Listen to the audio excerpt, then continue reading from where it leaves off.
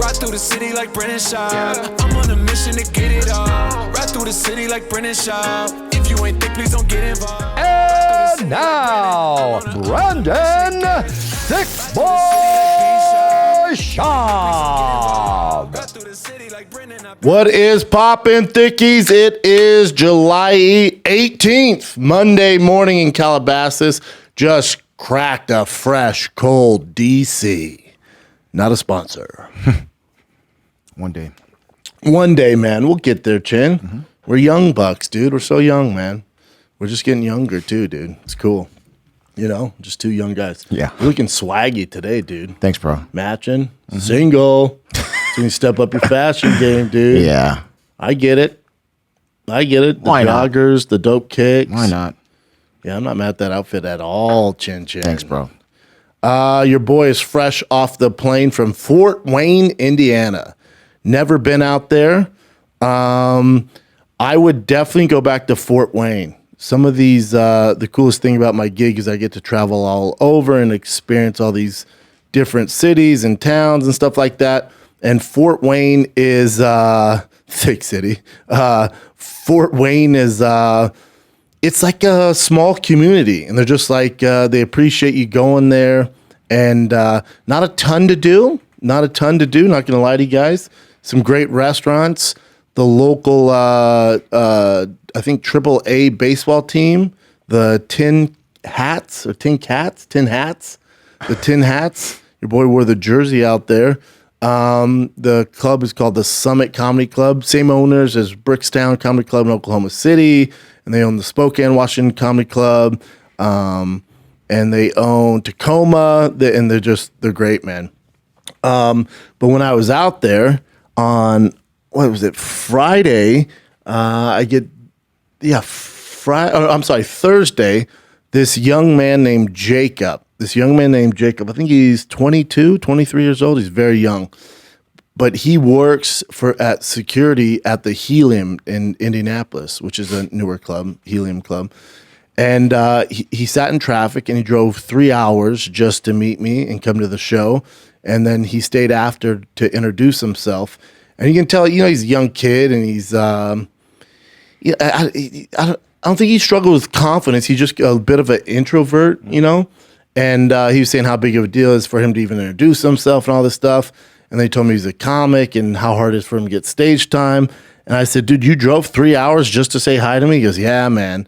And I go, and you're a comic? He goes, yeah. And he was telling me how he can't get up. I go, how long you been doing it? He goes, a little over 2.5 years. I go, very cool, man. I said, well, you want to do a set Friday? You want to come do sets? And he's like, what? He's like, hell yeah. I'm like, all right, dude. Anybody who's willing to drive 6 hours to introduce themselves and take that chance, I'm going to give you a shot, man. So now don't get it twisted. We posted a video of this kid doing the damn thing, and he had a hot 5 minutes. I asked him, and usually whenever you ask like newer comics, like how much time you got, they're like 30 minutes. You're like, okay, you don't have 30. But this kid was like literally 1 second past 5 and I'm screwed. He's like, I have 5 minutes, nothing more, nothing less, 5 minutes, dude. And I'm like, well, you're honest. This is a good sign. I've done this before, and obviously we don't blast it out all the time. I always like to give people chances because so many people took chances on me. So I try to pay it forward. Sometimes it doesn't work out like this. We've had it where it goes awful, and the person lied, and they haven't been doing comedy that long, or it's just they're cussing a lot, or they have just bad material, whatever. But this kid, he works hard and tries to get up when he can, and he crushed it, man. Straight up, 5 minute, crushed it. You just see after that first show, Mark his confidence went through the roof, man. He was like so appreciative, and he's just a good dude, man. He's a really, really nice kid trying to find his way, and works just a regular job. Just works, a 9 to 5 regular job, and then does security at night at the Helium. And then hopefully this gives him a little boost because he absolutely crushed it. You guys can follow him. His name's Jakob Kendall 69. I don't know why he has that 69 in the end, but whatever. Yeah, so it's he. Really? Wow. Dang, that's cool. Yeah. So you can follow him at JAKOBKENDALL69. That's super cool of you to do, man. I love seeing stuff like this. Yeah, just a really, really good dude, man. Really, really good dude. But that's the thing. Everyone around there was cool, man. Everyone was cool there. It's Tin Caps. Yeah, that's me rocking the single A or triple A jersey there. And there's Mark snuggled up. I know. What is that, Mark? Waitresses. Just grabbing her by her big brassiere. Yeah, he's such a good dude, man. He's such a good kid. And hopefully this gives him the boost to freaking keep it going, you know? Mm-hmm. That's what you want to do, man. Because, he's had a tough go. He has a tough go. And he was great. And then also the other guy's named Tyler. Was it Tyler, right? Alex Eakin, that's right. Alex Eakin. Alex was, he's been coming out 7 or 9 years. But he's like he's the go-to comedian in Fort Wayne. He rides and dies for Fort Wayne. He'll shout out the freaking area code and shit, Mm-hmm. But he's a veteran. He was great, man. He was also our tour guide out there. Showed us he couldn't be more excited to show us around Fort Wayne. He was all about it. Such a good dude. Gave us right at the airport at freaking 4 a.m. Your boy stayed up 24 hours. First time I've ever done it since college. When I did in college, I got very sick. Stayed up straight up 24 hours and made it back to, get back, man.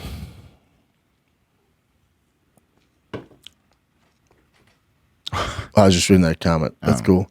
The guy I put 24 hours, haven't done that since college, dad life. This guy goes, probably just caffeine, strange thoughts fueling your brain right now. At least you made it. You ain't lying, dude. My 2-year-old is obsessed with the car show in Malibu. He wakes up and he goes, Papa, car show? Papa, car show? I'm like, it's on Sunday, dude. Monday through Saturday. Sunday morning, it's all he talks about. So if we miss it, he's going to be furious. So had that 6 a.m. flight out of Fort Wayne. And we got off stage around 1-something. And then we came back and it was just like, all right, well, we got to be picked up in 3 hours, Yeah, screw that. And your body's just like, nah, I'm going to give you anxiety about missing your freaking flight. Let's just stay up. But yeah, I was fueled by a ton of coffee. And your boy made it through the day. Head to the All-Star game tonight. Home Run Derby taking the little man. The All-Star game is in Los Angeles. Anybody else have anxiety about big events with all this active shooters going on? Here's the thing about that. Obviously, the media, and when it happens, it's awful. But the chances of it happening are not good. They're not good at all. But I don't know. That stuff freaks me out as a dad. It's the first thing I think of when someone's like, hey, you want to go to the home run derby time, bring your son? I'm like, gosh, so many people, man. I feel like those places are probably the safest. So nothing really happens in those places. Yeah, I'm the least famous guy on the field. So they're protecting like freaking, John Legend. So I think I'll just run behind him. I feel like I'll just grab my kid. Or I'll toss my kid John Legend. Like, protect yourself, So we'll see. That stuff stresses me out. But yeah, busy week, dude. We got a big announcement coming for Thick Boy. I'll let you know when we can announce it. This is it's gonna be cool. So we have a big announcement coming for Thick Boy Studios, and then Wednesday night I will be at the Hollywood Improv, Schaub and Friends. It's the 10 p.m. show. We're doing the late show because I hate doing stand up when it's bright outside. So that is the 10 p.m. show at the Hollywood Improv. It's Trevor Wallace, Eric Griffin, Anthony Jeselnik, and a guy that rhymes with Bis Babia. So, yeah, we have some big dogs, man. It's going to be really fun. Can't wait. And then Thursday, your boy heads on out, driving down to San Diego. Literally where I shot my first special for a reason. It's one of my favorite places, if not my favorite, to stand up. San Diego, Laugh Factory, the heart of downtown San Diego. I'm at the Laugh Factory Thursday, Friday, Saturday. And that is this week. Get tickets at thickboy.com. San Diego, come support your boy in the summer. It's a Trash Panda tour, so come get some. Then Baltimore is August 4th through the 6th. We got the one night in Chicago at the Den Theater there, Friday night, I think 7:30 show in Chicago. And the next day on the 27th is the Thick Mudder. So go to toughmudder.com on the 10 a.m. on the 27th in Chicago. Come run with the Thick Boy Squad. Limited capacity there as well. So make sure you get you some right now and come run the Tough Mudder with the Thick Boy crew, man. It's going to be a good old time. Take a little break, kids. Taking a break. Speaking of breaks, I'll be in San Diego this Thursday, Friday, Saturday. Laugh Factory San Diego. Get your tickets at thickboy.com. But I will be in San Diego performing at night. But during the day, man, we have one heck of a UFC Fight Night action. It unfolds in the Octagon in London this Saturday. Get your own win with DraftKings. That's right, the daily fantasy partner of the UFC, the official daily fantasy partner of the UFC.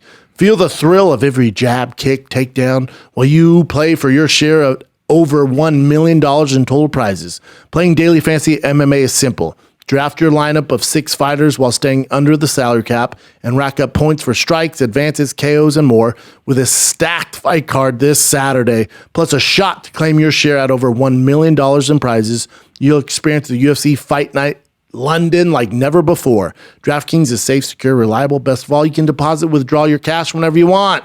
Don't miss a shot to take down stacks of cash during UFC Fight Night London this Saturday.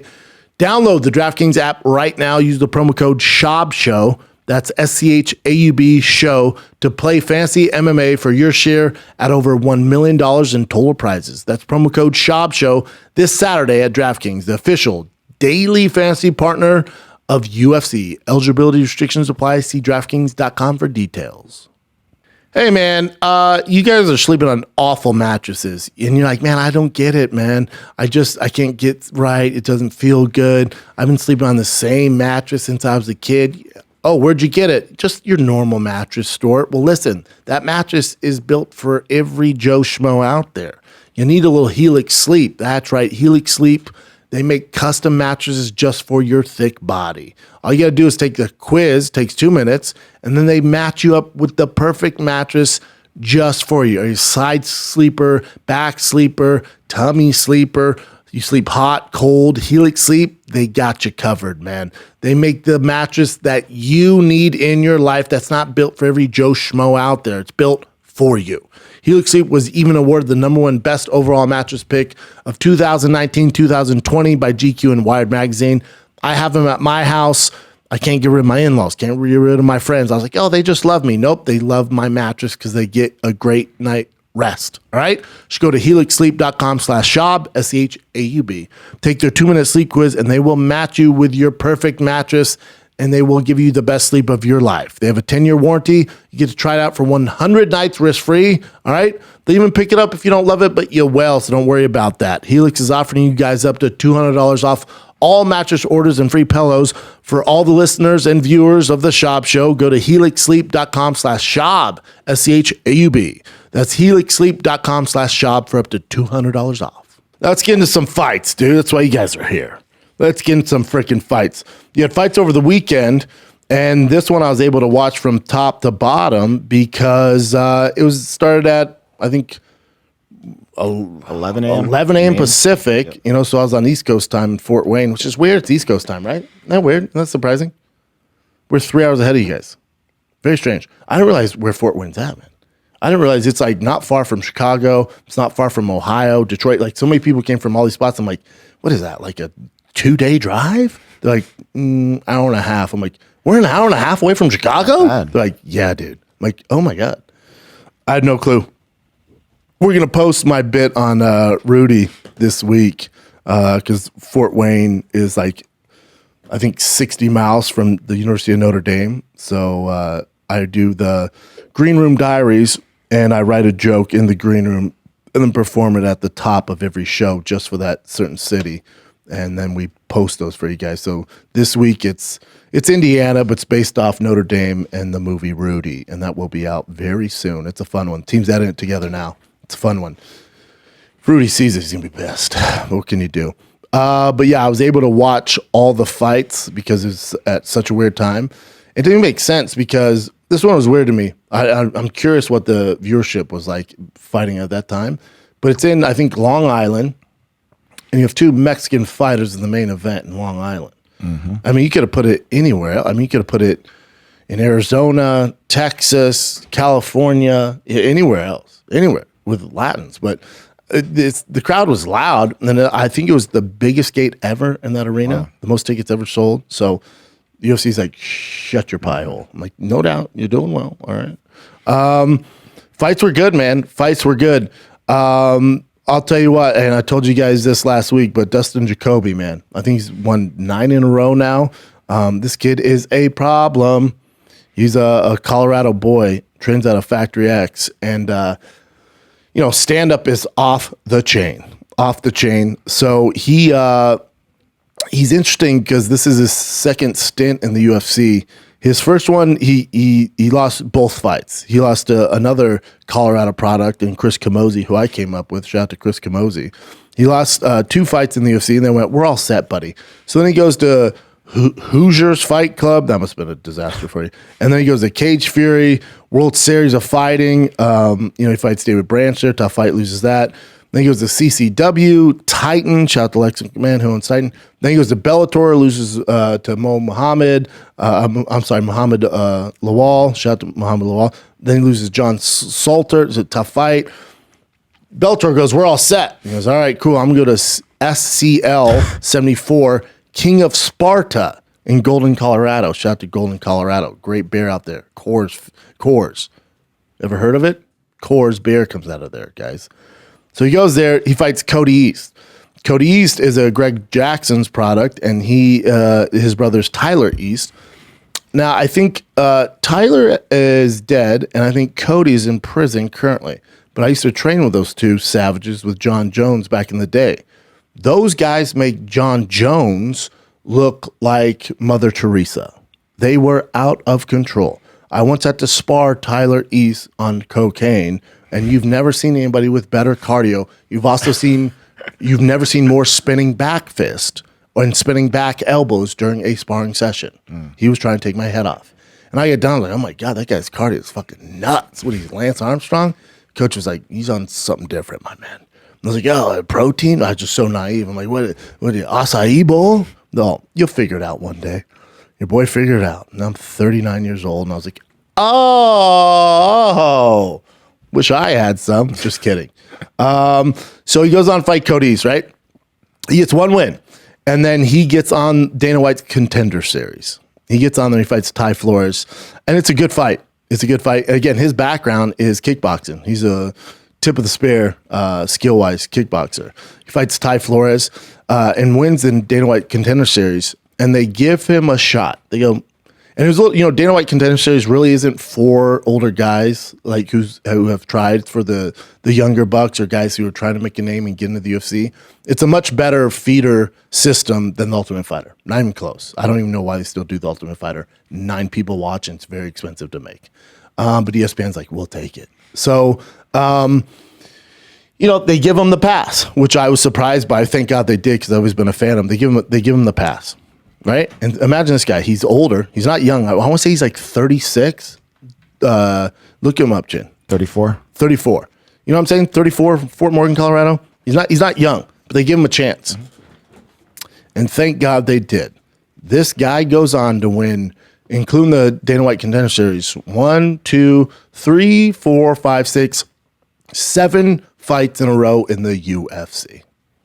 Imagine if they never give him a shot. Imagine if Dana went, just too old, man. We're good. Then Jacoby's entire life changes, dude. But now, dude, he's won 7, and he's a father, good dude, dedicated to freaking mixed martial arts. Was a college quarterback, I think JUCO, but still college quarterback. I think also a basketball player, had Division I offers, decided to fight. So he's super gifted athletically. 7 in a row in the UFC at the light heavyweight division, so, and they're not giving him like toss-ups either. Like, he's fighting tough guys. Like that Da Un Jung was a monster. Yeah, he was. He was a monster. He looked good too. Mm-hmm. Was he Korean, Chin? He's Korean. He's fucking big, dude. Huge. Wasn't he big? Yeah, undefeated at the time. Yeah, undefeated, and like not the best matchup for him. They're supposed to fight previously, and then finally they made it happen this time. What's interesting about him is Jay's like, what is it, the biggest Korean you've ever seen? And I said, him or the guy who plays for, is the guy who plays for Anaheim Korean too, or is he Japanese? Oh, the Japanese. Is he Japanese? Shohei Ohtani? He's fucking enormous. Super too. tall, yeah. But that Da Eun-jung, I was telling Jay this, I'm like, think about it. He's 6'4", he cuts 205, he probably walks at 230, dime piece. Bodied up too. Yeah. Good looking dude. Got a little confident, hands down, got KO. Super, that's his biggest problem. Double jab, right hand, zigoosh. Your boy gets 50K. So Jacoby's gonna get, he's gonna top 10 guy now. Like he's there, man. His wrestling, grappling is gonna blow your hair back. But if they give him the right matchups, just like anybody, unless you're Kamaru Usman, there's those elite guys who can do everything. But if the UFC wants his story to be told, they can give him the matchups to get him to the title shot. And I hope they do. I really hope they do. And that's what's going on with the main event this weekend, UFC London, which we will get to. It's all about who the UFC wants to be champ, because there's way less challenges for certain guys depending on matchups, depending on what the UFC wants to do. And they gave both the guys the worst matchups. We'll get to that. So my MVP is Justin Jacoby. After hearing that story, hopefully you guys are more of a fan of Justin Jacoby. Hope he's on your radar. And hopefully they quit putting him on the goddamn prelims.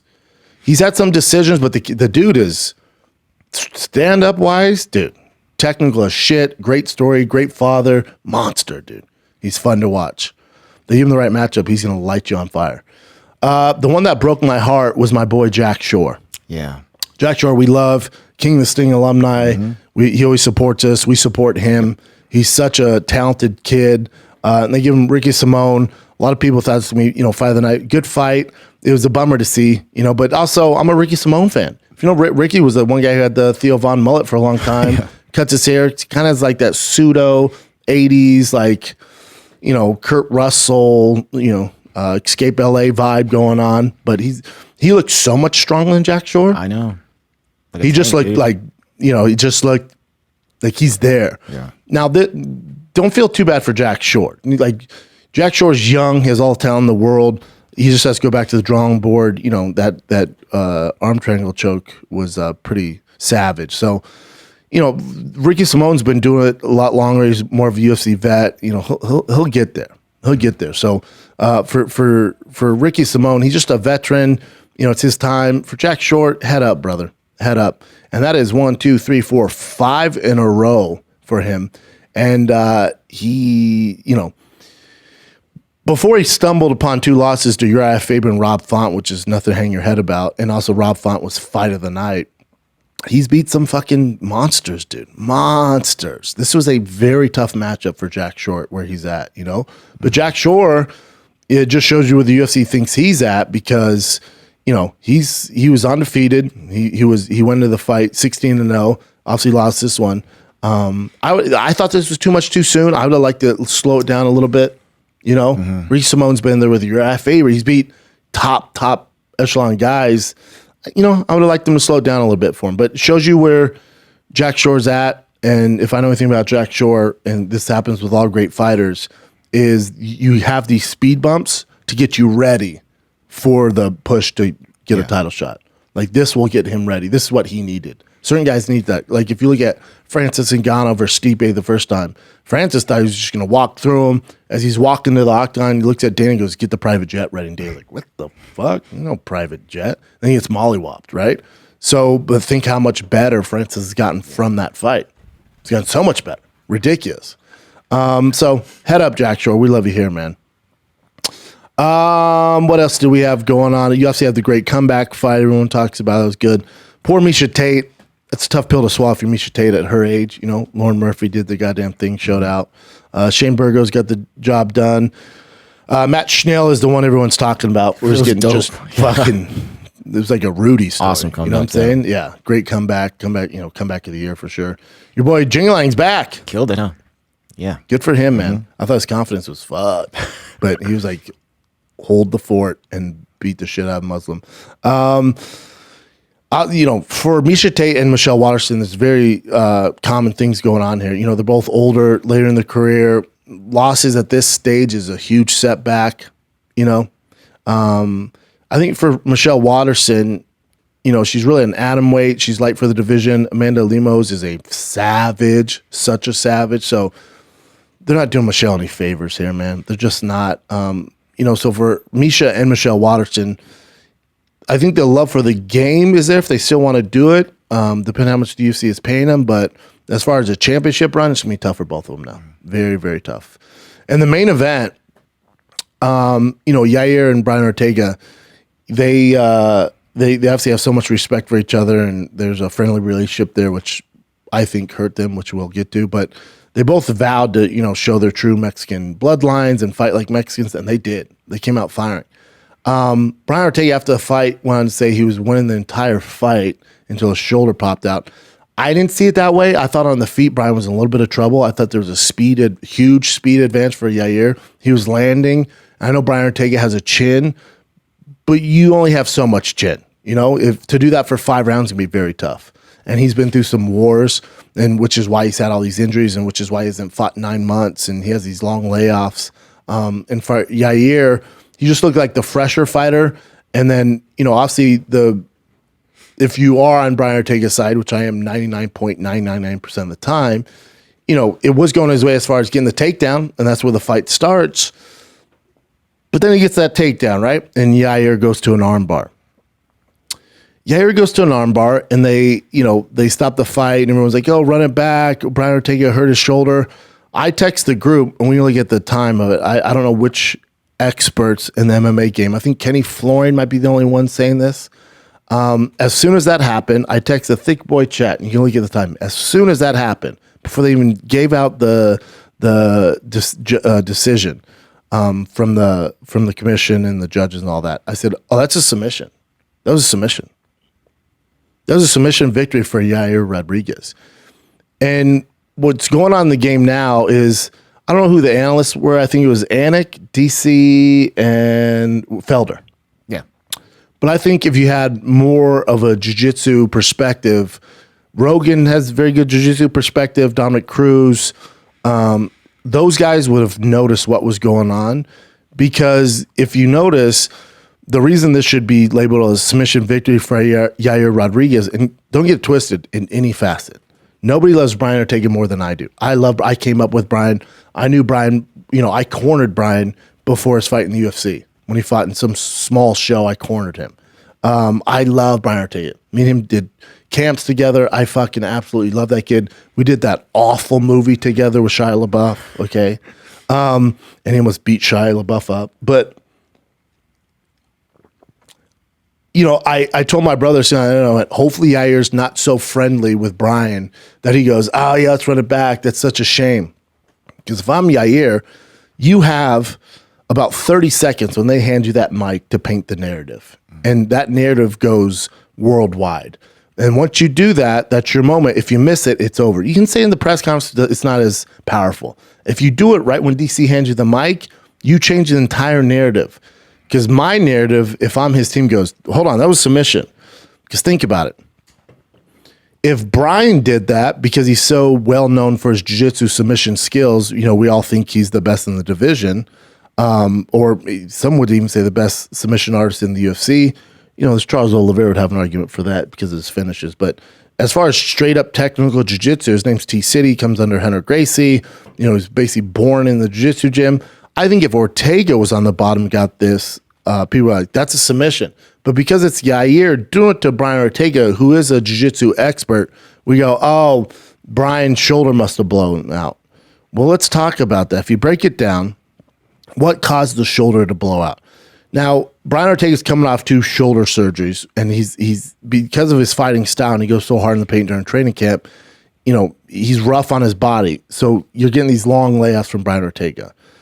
Do I think his shoulder would have popped out if he didn't have shoulder issues and the shoulder surgeries? No. But he does. So what made his shoulder pop out? Did it pop out from, and we've seen this before, like Korean Zombie, who throws a punch and his shoulder throws out and they got to stop the fight? Well, that's on Korean Zombie. Nobody caused that. Korean Zombie decided to do an action that led to him not being able to fight.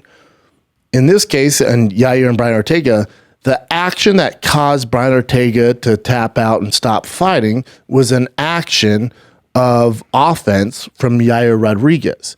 The action of the armbar, which the initial setup of the armbar is in the legs. It's in the legs that provides the pressure. So you can't, because the number one defense to defend an armbar is to stack them and lift up and get your arm out of there. But you control their posture with your legs, heavy on your legs. When my son's learning it now. To do that, they tell you it's like claws. You're really heavy on the legs, so they can't raise up and get out of the submission. Well, Yair's pressure was so hard, and the way, if you look at the armbar, it was almost Kimura-like. So a Kimura is going to be, obviously the elbow's in trouble there, but all the pressure's on that shoulder. And that's an offensive action from Yair Rodriguez. And because Brian Ortega has bad shoulders, it caused that shoulder to pop out, which technically that would be a submission. It'd be a shoulder submission.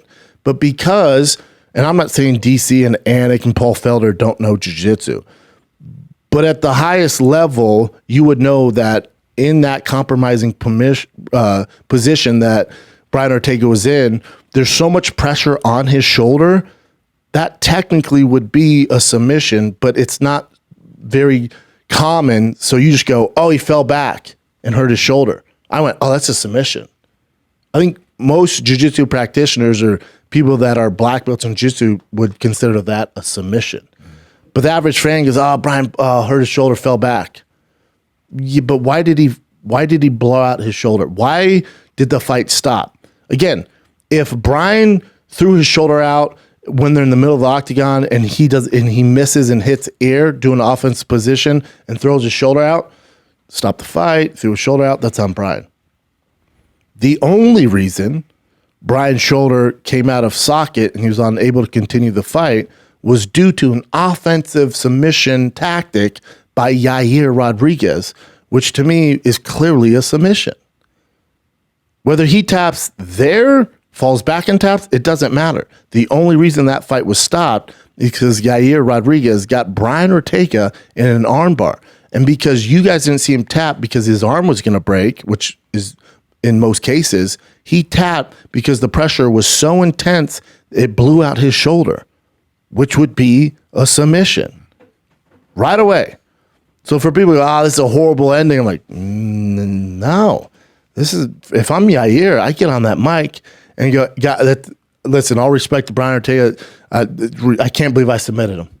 Dana, I need $50,000. I just submitted Brian Ortega, T-City black belt, dude. The champ couldn't do it. Max Holloway couldn't do it. I just finished Brian Ortega, T-City with submission. Where's my $50K bonus? Then call out the champ. Get on there. Where you out, Volkanovski? I just submitted Brian Ortega. You couldn't finish him. What's up, bro? Boom. We're off to the races. That's the narrative. But instead, he's humble. Oh, yeah, we can run it back, man. We'll see what happens. And then that's the narrative. Nobody's talking about this now. I'm like, you missed such a key opportunity. And it's not even talking shit. That is exactly what happened. There's no other argument. There's absolutely no argument. Now, I'm not saying I'm the end-all, be-all here. I'm telling you, man, it's very evident. The only reason that fight was stopped is by an offensive movement of Yair Rodriguez locking in an armbar. And because it wasn't traditionally finished with pressure on the elbow, it was pressure on the shoulder, people go, oh, Brian blew his shoulder out. Huh? Well, why was his shoulder being compromised? Because Yair Rodriguez locked in a savage armbar. And the armbar, the angle was so weird, it's almost like a Kimura where there's so much pressure on that fucking shoulder. Brian Ortega has bad shoulders. Who wouldn't take advantage of that? That's something you would even consider during training camp. We know he has two bad shoulders. You lock in a submission, you crank on that fucking shoulder. I don't get it. I don't get it. And then now the narrative, Brian Ortega, definitely a bigger star, bigger fights in the UFC. He gets in the press conference, goes, sorry guys, I'm sorry this happened. I can't believe this happened. Hopefully I don't have to have shoulder surgery. Everyone's like, it's such a shame. That main event, such a shame. Meanwhile, I'm in Fort Wayne, Indiana going, Yair. I don't know him well. I know Izzy, his wrestling coach. I should call him. Dude, while he's not, fucking get on any mic you can, say that was a submission win. Demand a title shot. Now you don't do that. The UFC, now the narrative, even Dana's like, Dan's like, it's not what we were hoping for. I'm like, you got to finish a submission win over Brian Ortega. This is insane. What's the narrative? Oh, Brian blew out his shoulder, man. The main event. Such a shame that happened like that. If I'm Yair, I'm like, run it back. I just submitted you, dude. Imagine if I didn't submit you. I would have knocked you out. I was winning on the feet. If I'm Yair, I was dominating, dude. Had the speed advantage, striking advantage. You took me down. I submitted you. What do you want to do? Run it back for what? What do you want to run back? I'm moving on. I'm moving on to the champ. Win another fight, then we'll talk. Nope. Yeah, whatever you want to do, man. Can't believe what happened to your shoulder. It's such a shame. I wish your shoulder didn't blow out for me submitting you. And now you're like, and you know, Volkanovski's going to have surgery, I think, on his hand. He's out with a broken thumb or whatever the fuck it is. So he's out for a little bit. So now they're talking about an interim title between him and Josh Emmett, which I love for Josh Emmett. We love Josh Emmett here. He's, you know, Schaub Show alumni, nice guy in the world. Best case for Josh Emmett. Couldn't be a better case. If you're a Josh Emmett fan, you're foaming at the dick right now. Couldn't be a better situation. There's no clear-cut winner because Yair didn't take advantage of the situation right after he submitted Brian Ortega. And, you know, it's up in the air. Volkanovski's out now, so it's like they're not going to wait that long. They owe Josh Emmett a title shot. We all know this. So Dan's going to be like, I'm down for an interim belt. And I'm also one of the few who I don't mind interim belts. The more belts, the merrier. Make more divisions, make more stars, give out more belts. The fighters have more leverage. Give all the belts to everybody. I like them. So now you're probably going to get Josh Emmett versus Yair Rodriguez. Unfortunately for Brian Ortega, again, who I absolutely love, so be cool. For Brian Ortega, you know, if his shoulder is that big of a problem, it's going to be, you know, the issue is, you know, he has some miles on him. He's like an NFL running back. NFL running backs have, you know, 4 to 6 years max if they're badasses because they're so beat up. That's Brian Ortega is an NFL running back. He's taking so much punishment. He's known to take shots. He's known to give you great fights. When he got to a certain level, his toughness, which we all love, and it gets him through some, you know, amazing performances, but that comes with a cost, man. So now he's lost 3 out of 4. He's lost 3 out of 4. He lost to Max Holloway, very bad. He beat Chan Sung Jung, you know. But think about this. He takes the UFC by storm, right? He comes out and he goes 1, 2, 3, 4, 5, 6. 6 freaking finishes, 6 fight win streak, KOs freaking Frankie Edgar in, you know, at the end of the first round, submits Cub Swanson, you know, submits Clay Guida, you know, with that knee, submits Diego Brando, black belt with his signature T-City. Everyone lets Brian Ortega, has the long flowing hair, blue eyes, big dick, killing it. Killing it. T-City's the man. They go, here's Max Holloway. He gets destroyed.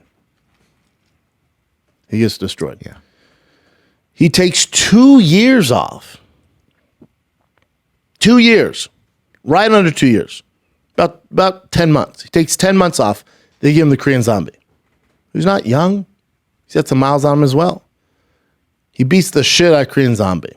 Cool. Everyone seems to be doing that these days. They go, you're ready for a title shot. Here's Volkanovski. Volkanovski kind of beats his ass. He got him in those submissions. Closest one to finish Volkanovski. Outside those movements, that wasn't a very competitive fight. He ate some big shots, but he's so fucking tough. Then they go, all right, here's Yair Rodriguez. And he gets submitted. And that was also after another year layoff. You know? He's just not. It's if you're Brian Ortega, it's tough because these long layoffs, man. The division has to move on, and there's killers in the division. So you know you lost 3 out of 4. I would say you got submitted, and this isn't. You know, usually anybody who I have a close relationship with, and I've told you guys since the jump, I'm super biased. But this is, to me, is fucking clear as day. That was a fucking submission win for Yair Rodriguez. Easy work. Anybody who knows jiu-jitsu knows that's a submission. Clear as day. But they don't take advantage. DC gives them the mic.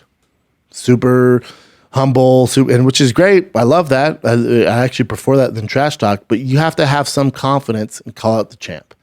Now nobody's talking about it. Now you're fighting, Emmett for an interim title shot. Nobody's talking about it. It's a bummer.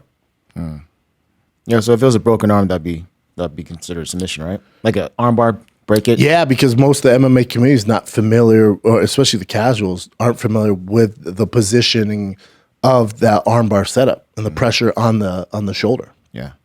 It's that initial clamp down and the torque. That's what happened to the shoulder. And then if it wasn't bad, or if there wasn't pressure, why did Brian Ortega pull out? Why was he defending? If it wasn't a submission attempt, why would he even attempt to pull out and blow his shoulder out? If there's no pressure. If he was comfortable, why not just sit in it? Yeah, there's a lot of fucking torque on that shoulder, man. Blew his fucking shoulder out. Ended the fight. Yeah. Clear as day. So shout out to Yair Rodriguez. Hopefully Brian Ortega heals up. Hopefully he doesn't need surgery. Once those shoulders pop out that easy, it gets dicey. Has some miles on him. But phenomenal fighter, one of the best. I'm sure he has a big future and he'll heal up that shoulder and be back and get a big fight. But if he has surgery, you look at least another year layoff. Damn. It's a bummer. Let's take another little break. I'm in San Diego this Thursday, Friday, Saturday. Ticket to thickboy.com. San Diego, see you soon. Now listen, y'all need to take care of yourself, man. You got to. And it all starts up here. Starts in the brain. If your brain's not right, you don't feel good. The body's not right. You got to take care of your brain, man. And that's where my friends at BetterHelp, that's right, BetterHelp got you covered, man. It's online therapy that offers video, phone, and even live chat on only therapy sessions. So you don't have to see anyone on camera if you don't want to. I think you should if you're up for it. It's much more affordable than in-person therapy. You can be matched with a therapist in under 48 hours. 48 hours.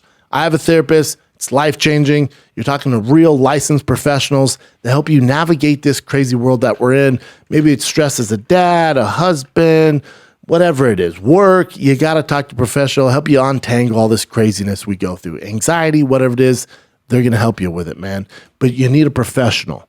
And that's why my friends at BetterHelp got you covered. And you guys get 10% off your first month at betterhelp.com/Schaub, SCHAUB. That's betterhelp.com/Schaub. A lot of y'all started off this summer with some fitness goals. You're like, man, I need a six-pack. I need to tone up these shoulders. I need to get a chest. I get this bird chest. And you don't know what you would need to do to get there and reach those goals. You're like, I'll just go to the gym and look up online how to get swole and ripped. I'm too thick. Well, guess what? Your boy's here to save the day. Because Fitbod, are you kidding me, man? Fitbod is a smart workout app. It gives you custom tailored workouts just for you to keep the burn going all summer long whenever you're ready to go. All right? Whenever you're ready to go, it's there for you, man. It's there for you. You can do it wherever. If you're on the road, if you're in a hotel, this app is designed for you. It's your own personal trainer on your cell phone. Imagine that. How much would you pay to have a trainer make a custom plan just for you, workout to workout? That's what Fitbod does for you, man. You set your goals, all right? And then as you're going, maybe you're going too fast, you're gaining momentum. It's going to change, customize just for you. Fitbod's smart workout app creates a custom dynamic program based on your goals. Not every Joe Schmo's, your goals. Based off your experience and the equipment that's available to you, all right? Their algorithm uses data and analytics to build your best next workout and maximize results. This just isn't random. It's custom for you to get to Shred City. One-way ticket. Fitbod. Get there, all right? Crush your summer fitness goals. Stop messing around, just guessing if you're doing the right thing. Take all the guesswork out because Fitbod got you covered, all right? They're personalized workouts that are built just for you. It's to help you improve and reach your fitness goals. Get 25% off your subscription or try out the app for free when you sign up now at fitbod.me/Schaub, SCHAUB. That's 25% off your subscription or try it free at fitbod.me/Schaub. All right, Jim, what do you got, buddy? Real quick, Ryan Garcia also fought over the weekend. I didn't see the knockout. I know you got a knockout. Yeah. Ryan Garcia's kind of this new wave. He's also not as active, and he will pull out of fights. And again, I don't know how bad his mental health is. But Ryan Garcia is a guy. Someone asked me this. I forget where I was at. Maybe I was at the Hollywood Improv. Some fan goes, "Hey man, is Ryan Garcia as good as they say is, or is he just famous because he's so big on social media?" It's a combination of both. He has all the skills, and he's also very famous. He's like Justin Bieber if Justin Bieber could fucking box his ass off. He looks good, talks well, huge on social media. And there's this new wave, and I'm not right or wrong, where he'll pull out of fights or take long breaks because of his mental health. Yeah. I don't know what he struggles with. I've been on his podcast. He's been on ours. I've talked to him, the nicest kid ever, such a talent. The mental health thing, it's tough. It's tough. So when he does fight, it's tough to go all in on him because he could pull out of a fight. And if is the mental health thing, if there's a lot of pressure on him, does that cause mental health? Like, what exactly is triggering these horrible mental health kind of issues for him? I don't know. Mm-hmm. Anxiety. Has opened up about previous months we ran his battle with anxiety and mental health. In fact, his mental health battle got so bad that the Southern California native had to pull out of his July fight last year. Yeah, he talks about it on DAZN, and he's so talented, man. He's so talented. Mm-hmm. Hopefully he gets the help that he needs. The anxiety, though, that's part of the gig, It's part of the gig. And he called out, I think, Devin Haney, too, which I don't know who's going to beat Devin Haney. You look at Ryan Garcia and the speed and the power that he has. Haney, I think would probably win that fight via jab, boring decision. His jab's the best I've seen in I don't know how long. Probably since George Foreman. The kid's so fucking technical, it's insane. So we'll see if that happens. But if he struggles with anxiety, there's gonna be a lot of anxiety going into that fight. Yeah, I think he called out Gervonta too, which would be crazy. Yeah, but those are the fights that we want to see. Those are the fights that need to be done. It's just with Ryan, you just don't. It's tough, and I hopefully he figures it out. Yeah, because he's fun to watch, man. Super fast. Oh my! Yeah, you guys would know. I mean, if you're not boxing head, you see him all over social media. He punches, Francis Ngannou in the stomach. That's his thing. You go on a show, he punches you in the stomach. I want a show via Zoom, so I didn't get punched in the stomach. That was during the. Would you let him though if you were actually in the studio? Yeah, sure. I don't give a fuck. This is probably the biggest news. Oh, this was fantastic. Charles Oliveira, Islam Makhachev, UFC 280 for the vacant title. And we recently just had Michael Chandler on Food Truck, which airs next week. And he was saying, he's in an interesting position. I kept calling him Cash Cow, and he kind of gets shy when I tell him that. And I said, you're the only guy I know who they're talking about fighting Conor and Nate Diaz. And both of them are down for the fight. And I think the UFC is going to do one of those, if not both of them. And then he goes, it's tough. It's like, do you take those money fights and build your name? Or my goal is to be champion. And the only way to be champion, is I'm not going to beat those guys and get a title shot. So the quickest path for me is to fight Islam Makhachev. Beat him, they can't deny me another shot, even if Charles is the champ again. Mm-hmm. It doesn't matter. If I beat Islam, who's the boogeyman of the division, I get a title shot. So he's like, I'm trying to figure that out. Figure it out. No. You fight Nate and Conor, make all the money. He's a new dad again, so he has 2 kids.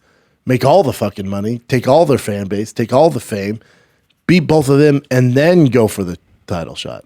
That's the move, dude. I don't know who his manager is, but there you go. But they know this. I'm not reinventing the wheel here. This is an easy path. So when this fight got announced, I text Chandler on Saturday, go, perfect, means you're getting the money fight you need. I hate you wanting to go for Islam. Let's find out how good Islam is. Let Charles be the first one to test the waters. You don't want to be the guy that does it. We don't know on Islam right now. We don't know. We know what he's been capable of so far, but his biggest test against Dariush snapped his fucking ankle. So we don't know where Islam's at. Let Charles, let's find out against Charles. We'll find out against Charles. We'll find out. Yeah. Great fight. Phenomenal fight. And here are the opening odds. Kind of crazy. Minus 255. You know, For Makhachev, yeah. For Makhachev, yeah. Charles Oliveira is the champ. Who's the champ? What are we doing? Everyone knows he's the real champ. So the champ is at plus 215. So that means you bet 100, you win $215. To break even, you bet 215 to win 215. So I'm sorry, to win 100. So you know, a lot of these times when Vegas does these odds, they just want to get your money. They're trying to get you to put more money on Charles Oliveira. Not a terrible bet on Charles Oliveira because the verdict is still out on Makhachev. Now, you know, anybody who trains with Makhachev tells me how fucking talented he is. Everybody. I've heard it from everybody. So we'll see. We'll find out. What do you think, Jen? No, I think it's a great fight. You betting on Charles Oliveira? I feel like if it does go down, Charles has enough submission skills to do something, but Makhachev seems super, super strong, so I don't know. Yeah, he's like the anti-jiu-jitsu guy, you know, with that Dagestani combat, you know, master of sport, black belt. So I think it's a great matchup, though, overall. oh, yeah. my God. Couldn't be a better matchup. I love it. I'm all about it. Yeah. And Volkanovski, he's been talking about going up to 155, so he would want the winner of that fight. He's going to be out for a little bit. Then you got, you know, you have an interim champion at 45 between Emmett and Yair Rodriguez. If I'm Volkanovski too, you know, unless Yair like blows the fucking doors off of Emmett, there's not a ton there as far as superstardom. So, you know, again, we're going to find out a lot about Islam in this fight. You know, if Charles were to beat him versus Volkanovski is fantastic. Yeah. I don't like the Islam fight for him, just based off what I've seen Islam so far, even though he hasn't been battle tested. But the Charles Oliveira and Volkanovski fight makes all the sense, especially for Volkanovski. All right. So Nate Diaz was on MMA Hour, and he said that the UFC is not offering him fights, right? Somebody's lying here. Yeah, for because sure. Dana says we're offering him fights, and Dana goes, we can't hold anybody hostage because my job is to offer fights. It's their job to take them. If I don't offer them fights, He has to pay him. They have to pay him. Yeah. Or let him go. So, anyways, that's what he said here. Nate says a lot of shit. Like, Nate right now is playing the game, you know, and his fan base eats it up. I look at him and go, what? He's like, I want Francis or Izzy. Those are the only viable options. Yeah, I don't know. At this point, it's like, you know. Yeah. And Jake Paul also chimed in. Do you know the Tread White degrades Nate Diaz to the media and then in private gets on his knees and begs Nate to stay so they can try to revive Conor McGregor? Get on your knees and beg, you old fuck. So he says, in the last 9 months, I've been offered 0 fights. I've asked for 5 legitimate opponents. Yeah, I'm surprised they just don't give Michael Chandler. Chandler's down, Nate's down. That's what I think. I don't know what's going on in the background there. I don't know. I would assume the UFC's offered him fights. Yeah. That's what I would lean towards. And Nate's also saying that they're trying to get him to sign another contract. So he doesn't want to do that. Now, to Nate's defense, they could be offering him fights and be like, hey, the only way you fight Hamzat is if you find another 6-fight deal. See? And Nate's like, nah, I ain't not doing that. Or they're saying, hey, we have a matchup for you, but you got to re-sign. And he's like, no, just give me the one fight and I'm out. So I bet you there's Dana's story, Nate's story, then the truth. It's somewhere in the middle. You know, somebody's lying, 100%. And this is just Dana White calling Jake Paul a pay-per-view turd. I And I get what he's saying. He goes, wait, hold on. You're fighting a guy who's coming off a loss? yeah. Why wouldn't you fight Tommy Morrison Jr., who beat the guy coming off a win? Yeah, that's what he said. Yeah. And he calls Steven Espinoza a weasel thing. Yeah, he hates him. Yeah. And then I love this thing. He goes, I know you guys like to ask me stupid shit, but this is not what I do. I'm at the point, all this stuff going back and forth, it's silly for me to even fucking talk about. Yeah. All right. So this was interesting too. Kamaru Usman says after the Leon Edwards fight, when he wins, I saw this. I don't get it. He's so small. yeah, jumping 2 divisions, right? So small. 205. Yeah. But that's what he wants. Like him versus Yuri, it's like, what? I know. And that's him next to Jan. I mean, he's not that small. God, that fucking vest is lit. And then just all skin underneath is sick, Yeah. dude. You know how good of a body you have to pull that Dude, off, he's dude? freaking one of the best bodies. I mean, look at him. His lower body is what's not light heavyweight. Yeah. His lower body is, lightweight, 155. Look at that guy trying to get the action in the back. Yeah, I mean, that matchup's not that crazy. And Jan's a big 205er. Really big. Yeah, I wonder how... The power would be an issue. Jan's power, but then the speed, cardio, the movement of Kamaru, But I don't get it. Jumping up 2 weight classes? Yeah. I wonder if the UFC's going to be down to do that. And he has like I'd love to see him try. Oh, horrible knees. Yeah. Horrible knees. He probably has 1 or 2 fights left. And this is after Leon Edwards, mind you. Yeah, which is already get through super Leon tough. first, which is very tough. Yeah. So you know how Yuri Prochazka called out Glover Teixeira for his next fight? This is Jan Blachowicz responding to him. Jan is the biggest challenge. Your words respect you, champ, but the Samurai Code was not upheld. And then with Glover, it's a matter of honor due to show pure fight. This is more than a challenge. I mean, Chael said it best. Like, dude, you're going to call it a 40, whatever he is, fighter? 42-year-old, like, that's not the move. I'm a little bit on that. But you already won. You've already won. I know it wasn't your best performance. Remember, I came out and said the reason that was the fight of the night is because they both had shitty nights. I think Yuri beats him. It's his easiest fight. That's what Yuri's doing. You want the biggest name, easiest fight possible. That's what Yuri's doing. Jan's the tougher fight. Yeah, and I want to see the Jan one way more. Me too. What do you got, Chen? What else we got? All right. So Daniel Cormier was doing like a Twitter interview with Monster Energy, and then he was talking about if he did come back, he wouldn't go back to heavyweight because he lost there, but he vacated the light heavyweight belt, so he would actually do light heavyweight if he ever returned. And then he says right here, "Hey Dana, you think I could fight Yuri for the title?" Hey Dana, you think I could fight Yuri for the title? Yeah, it's a good matchup for light heavyweight. Now is the time when DC would absolutely dominate, or like a vintage Gustafsson who fights this Saturday. They would dominate. Yeah. So he says if it ever happens, it better happen soon. I'm 44 years old. Then he says Randy Couture won the championship at 45, so it's not impossible. I dig it. I wish they would. If Daniel came back. But the UFC's like, you're just going to win the title fight once and dip out. Yeah. It just screws the entire division. Yeah.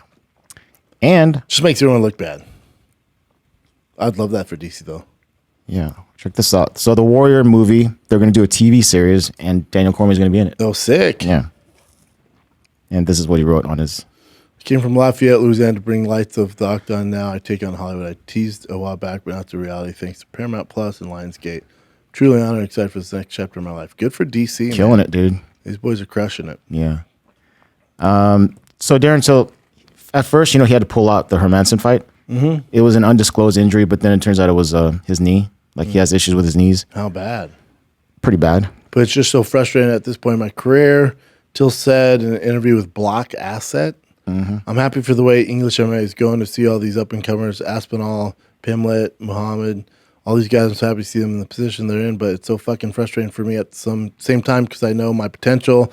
I'm not down anyone, but I'm the fucking best out there, and I know that. In the training room, we're talking about practice. Doesn't matter. It's just such a fucking depressed time for me at the moment because, listen, trolls don't bother me, but it's just these fucking comments and all these, even fighters like, oh, he pulled out. I'm like, mate, come to the gym, and I'll fucking take you out. Talking about practice. See me in the octagon. It's the only place that matters. I don't give a fuck what you can do in practice, He says it's just so frustrating. It really is. I'm going to fucking lump it. Yeah, it's tough, You hope, like, his career's been tough. Yeah, his career and then parts of his life. Yeah, tough. Hopefully he figures out. He does have a lot of talent, and he's entertaining too. He's entertaining, and it's a bummer to see, man. But unfortunately, the story's not going. His movie's not going great. Not right now. Wish him the best, though.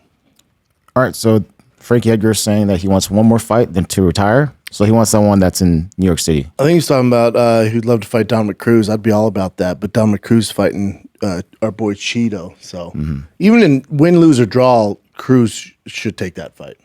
It's Frankie Edgar. Yeah. Yeah. So just one more. I bet they give it to him. I don't know if it's going to be Cruz, but I bet they give it to him. All right, so the ESPN, like its best fighter list, of the fighter list came out. The mid-year awards. So the best male and female fighters, here you go. Apparently, this one says it's a tie between Charles Oliveira and Volkanovski, but then other articles are saying it was actually Charles Oliveira that won Best Male Fighter. I would give it to Volkanovski. I'd say both. Yeah. And Best Women's, Weili Zhang. Weili, yep, good for her. Most improved. Kevin Holland, interesting. And this is pretty cool. Jack Della Maddalena, Best Rookie. Little Australian getting some action. Best submission, Yair versus Glover. I guess because of the way it happened. Okay. Best knockout, Chandler, Tony Ferguson, for sure. Definitely. And that's the best picture. I know. The other one was the best one, right? Yes. His face was like the that. Spartan kick, man. Yeah. Best fight, Glover, Teixeira, Yair. You say because they both worst. had bad nights. Yeah. Best event, you agreed on this, right? By far. Yeah. UFC London, March 19th. That was a great fight. Yeah. This weekend's card's fucking stacked too. Best on the mic moment, Chandler after defeating Tony Ferguson. Yeah, that was great. Oh, that was it. That's cool. Yep. And this was just funny. So Rafael Fiziev, he broke his nose versus RDA. So he had to get surgery. So they're Justin both out got for a surgery. while. That's why he's saying it's perfect for them to fight. Oh, it is. Yeah. That's a phenomenal fucking fight. Oh my God. Please make it happen. Yeah. And Fiziev's calling out for a reason. It's his best matchup to get to the title shot. Those other guys are grapplers. Badass striking match, dude. Oh my God. Yeah. All right, this sucks. ESPN Plus. It's going from $6.99 to $9.99 per month in August. $3. I don't know who's running Disney these days, but just doing an awful job. Disney said inflation, no doubt. $9.99. 43% increase. Expensive. Yeah. And then let's also make the pay-per-views more expensive. Annual plan from $69 to $99. That's a huge ass jump. But whatever, got to do it. 43% increase. Yeah, I mean, $9.99. Just don't buy a few Starbucks in a week and it makes up for it. Or just don't buy one. There's no drink under $3. I know, it's expensive there. I thought this was funny. This is Sean Strickland.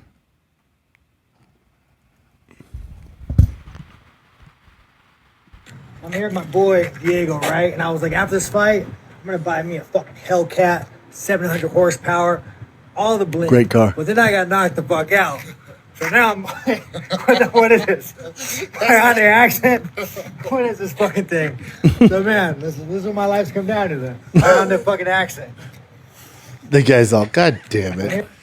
The guy have the biggest head in the world? He's a big dude, yeah. No, not No, I'm saying that, the other that dude, guy, yeah, the other car guy. salesman. He looks like a wrestler or something. He looks like Kelvin Gaslam's older brother. And someone posted this meme that was pretty funny That's too. hilarious. Yeah, iCarly. Fuck you all. That's hilarious. And let's see. Oh, this is just training. I don't know has anything like this ever happened to you in training? Oh, no, absolutely not. So, But that is how Winklejohn lost his eye. yeah, well, I think it was, I forget what fighter did it. I don't think it was Holly Holm. I forget who was doing it. But he was holding mitts and they missed and hit his eye and cut his eye. That's how he lost his eye. yeah, I heard it was like a long toenail too, yeah, which is gross. This is just another weird one. So Conor was in Ibiza for someone's birthday. I think it was his birthday actually. Makes sense. And then someone threw a hat at him. Okay.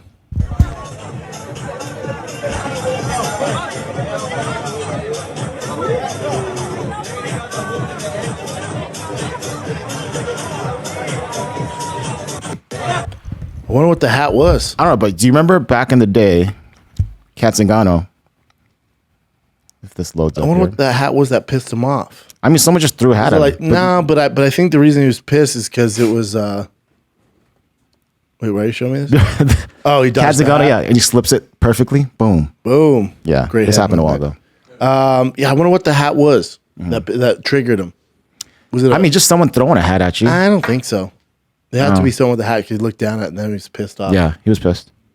Did he want him to sign the hat or just toss him the hat? You know what I'm saying? Yeah, I don't know. He looked pretty upset. He did. He stomped on it. And I think that's that pretty much it? for currents. Yeah, What time does this fight card start? early, 12 p.m. Pacific. Yes, your boy's going to see it. Saturday morning, I'll be watching this in San Diego from the Airbnb in San Diego because I'm on tour this Thursday, Friday, Saturday in San Diego, California, the Laugh Factory, downtown San Diego. Come get you some. Wednesday night, one show only, 10 p.m. Anthony Jeselnik, Trevor Wallace, Eric Griffin, very special guest, and myself, 10 p.m. show at the Hollywood Improv. Then Baltimore's August 4th through the 6th. Chicago one night theater show August 26th at the Den Theater in Chicago. Then I'm in Appleton, Wisconsin. Just announced Ontario, California. The Ontario Improv in Ontario, California, September 15th through 17th. And then I end September in Boston, which I can't wait. But San Diego, you are up this Thursday, Friday, Saturday. Saturday morning, I will be watching UFC London. There ain't nothing like a London card, especially when you got the fifth Beatle, Paddy Pimblett on, the most famous man in Liverpool. Freaking food truck alumni. The boy's killing it. He has his toughest matchup yet against Jordan Levitt. And I think your boy Paddy gets it done. I'll pick it. I think he gets it done in the first round via kind of flashy KO. I think a lot of people think he's going to submit him. I think he gets it done with a flying knee or some crazy shit. It's Paddy Pimblett, for God's sakes. He's a special character. And Ben Jordan, he's the sugar in the tank guy. Yeah. Sweet and low. Splits guy, yeah. Jordan Levitt, sweet and low. But the card's fantastic. It kicks off with Paul Craig, Volkan Ozdemir. Volkan's fallen on some tough times. I do worry about his confidence a little bit. I would take Paul Craig via submission. That's nothing new there. Molly the Meatball McCain versus Hannah Goldie. I will take Molly. This next one's interesting. You have Krylov versus Alexander Gustafsson. I know Krylov is the favorite here. I like Gustafsson, maybe because I have a sweet spot for the guy who's trained with him. He's a fucking monster.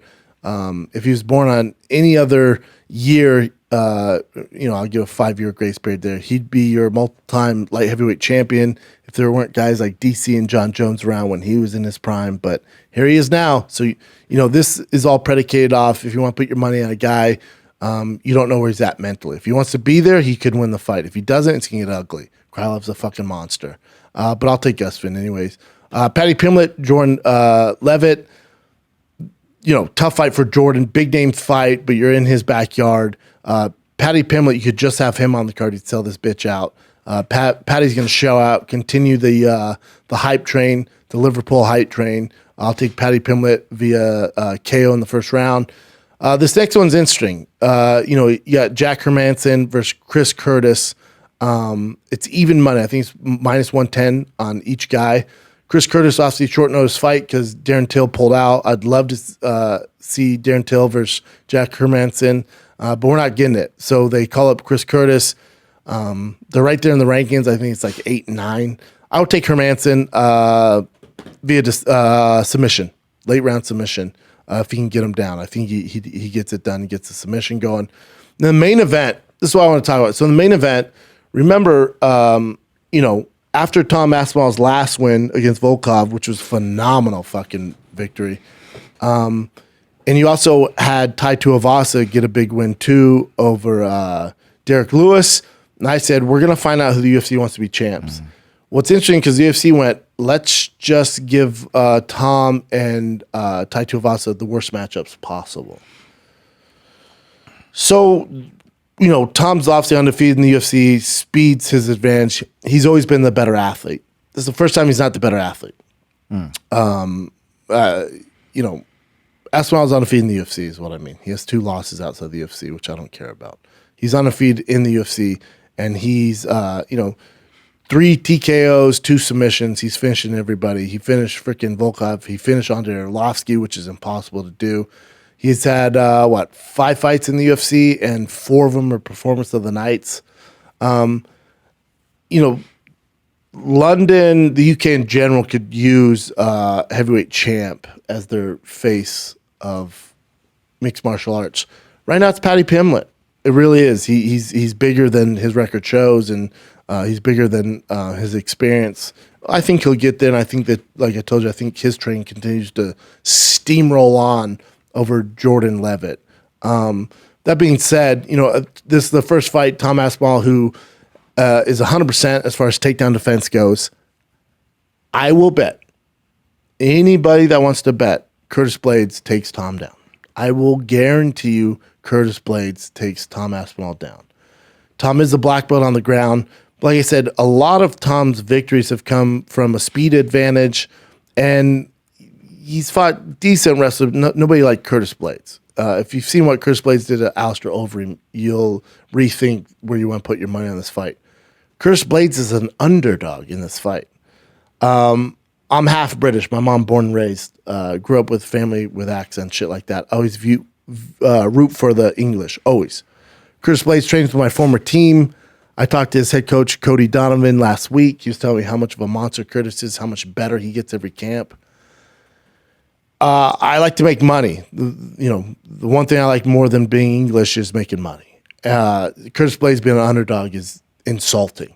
I know it's in Tom Aspinall's backyard. I know Tom's a very good athlete. Curtis Blades right now in current day is a better mixed martial artist than Tom Aspinall. In no facet should Tom Aspinall be the favorite in this fight. Where do they have him at? Plus 115. Tom Aspinall minus 135. Now you're assuming Tom Aspinall's takedown defense is as good as everyone thinks it is, and you're assuming Tom Aspinall can TKO him either early or as the fight gets into the later rounds. Curtis Blades has been battle tested. There's not too many guys who can beat him, not named Francis Ngannou. He's as tough as they come, man. He had the fight against Derek Lewis, but he's fought strikers before. I don't know if he's fought as well as around. The best thing about Tom Aspinall, he's a very good athlete. He's big. He's actually taller than Curtis Blades. Clearly has better striking. I don't know if he's as powerful as Curtis Blades when it comes to straight KO power. And Curtis Blades is only getting better. And because Curtis Blades, he's starting to put together the striking with the wrestling.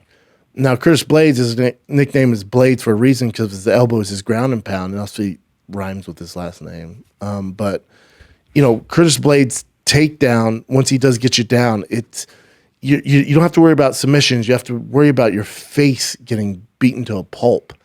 I just can't say confidently that Tom Aspinall, I guarantee he gets taken out. Guarantee you. Unless there's a Masvidal Ben Askren moment where the flying knee knocks him out early on, I would bet my bottom dollar he gets taken down. What does he do off of his back? In most cases, unfortunately, if you're fighting Curtis Blades, when you get taken down, it's a world of problems. Tom Aspinall is a black belt. Is his guard black belt level? I don't know. It's gonna be tough to submit Curtis Blades while you're getting beat in the face with elbows and ground and pound to pull off a triangle or a arm bar. So I just look at this fight, 25 minutes. Curtis Blades is an underdog. I can't emphasize enough how much Curtis Blades doesn't give a fuck about flying out to London to be the main event. Does not care. Kid is a savage. I couldn't believe he's an underdog. In my head, I'm like, I can't think of a worse matchup for Tom Aspinall than Curtis. Literally, if there's a fucking 500 heavyweights in this world, there could not be a stylistically worse matchup than Curtis Blades for Tom Aspinall. What he does is exactly what Tom Aspinall doesn't do great. Now, he does everything very fucking well. That's why they're pushing him here. The winner of this, right there for title contentions. If I'm the UFC, I think it kind of fucked Tom Aspinall. And I'm a massive Tom fan. Massive. I'm on his fucking train. I fucking hate this fight for him. Hate it. I don't think he wins. Hate to say it. Can't think of a worse matchup. I would much rather you put Tom versus Tai Tuivasa. Clearly it's not going to the judges. Clearly somebody gets knocked out. Then sell that guy as the next champ. And then Tom versus Francis is a better matchup for him. Tom versus Derek Lewis is a better matchup for him. Tom versus fucking what's his name? The fucking monster. So athletic. Cyril Gane. Cyril Gane. Much better matchup. I'll give you 1,000 ways Tom Aspinall can beat Francis and Cyril Gane, Stipe, Tai Tuivasa, Derek Lewis. It's going to be very tough for him to beat Curtis Blades. They are not doing him any favors in his hometown. I can't emphasize enough how awful a matchup this is for Tom, and it pisses me off. Tom versus Tai Tuivasa is a great fight. Curtis Tai Tuivasa. Curtis mollywops him. But if you look at Tai Tuivasa and Cyril Gane, you're like, if Tai lands, this thing's over. For Tom against Curtis has been there with fucking monsters. Tom Aspinall's not, he doesn't have the power like a Francis Ngannou, Derek Lewis, where if you make one mistake, it's over. He's not that guy. Now, as far as technique-wise goes, I would say he's more technical than Francis. I'd say he's more technical on the feet than Stipe. He's not as technical as Cyril Gane. He's more technical than Tai Tuivasa, more technical than Derek Lewis. He had that big win over Alexander Volkov, which is huge. But he didn't have to worry about the takedown really against Volkov. He's going to be worried the entire time about a takedown of Curtis Blades. And if he gets taken down, it's a fucking nightmare. I know he's a black belt. I get all that. Forget about your black belt. Curtis Blades, eat your black belt for fucking breakfast. I hate this fight for Tom. If he pulls it off, dude, you won't. I will fucking tell you right now. If he beats Curtis Blades, the chance of him being champion are highly likely. This is by far his biggest test. He should look at this like a championship fight. Because if you beat Curtis Blades in your hometown, there's going to be a worse matchup for you. You beat him, you finish Curtis Blades, we're going fucking Sizzler. I don't have Sizzlers around in London. We're going fish and chips or where the fuck you want to eat. Awful matchup for him. If he gets it done, hats off to him. Tough fight. I'll take Curtis Blades. I'll put my money on Curtis Blades. Hate saying that. Hate these two are fighting. Hate the UFC decided to do Cyril Gane, Tai Tuivasa, Curtis Blades, Tom Aspinall. Should have been the opposite. Should have been Curtis Blades, Cyril Gane, who have both had opportunities to fight for the title and haven't got it done. But Curtis Blades probably beats freaking Cyril Gane. You know? His wrestling so fucking good. He's a nightmare to deal with. He's only getting better. So have them fight and then have Tom and Tai Tuivasa fight. That's a phenomenal fight. That's such a fun fight. Tai Tuivasa right now in England doing shoes with the Brits. It's easy. But something's going on behind the scenes where they don't want Tai or Tom to come out on top. They gave him both their worst matchups fucking possible. Which, as far as marketing goes, makes no sense. You're telling me if Tom Aspinall was your fucking heavyweight champion, you can't market that? You're telling me a guy, Tai Tuivasa, who's basically Jack Black from Australia but has knockout power, we can't market that? Over Curtis Blades, where he would be the face of the heavyweight division if he didn't lose, those Francis and Derek Lewis fights. But outside that, not the biggest personality on there. Doesn't mind just taking down, making it boring. He'll tell you that too. Mm-hmm. Before fights, I'm like, I'll tell you right now, this is going to be a boring fight. I'm taking him down, making it boring. Going to win the fight. UFC hates that. Cyril Gane, we saw that. He technical, he's very technical, doesn't mind winning on the feet, boring decision. You're investing in those guys. That's what they're doing. They're investing in those guys. It makes no fucking sense. I hate they did this to Tom. Hate this to Tai Tuivasa. I hope both of them win. The chance of both of them winning is not good. If they do, dude, hats off. Then we're going to get that fight, and I'll be so happy. That's the nature of the sport. I think UFC made a terrible mistake. Good luck, Tom Aspinall. I'm rooting for you, buddy. Can't wait for this card. Can't wait to perform in San Diego. It's going to be a fun weekend. I will see you at the Hollywood Improv Wednesday night, 10 p.m. show. I will see you in San Diego this Thursday, Friday, Saturday. And that's it, man. Tickets at thickboy.com. Love you guys. Enjoy the fights. UFC London. There ain't nothing like a London card. That's it. Be nice to each other. Stay safe. Love you. I'm out.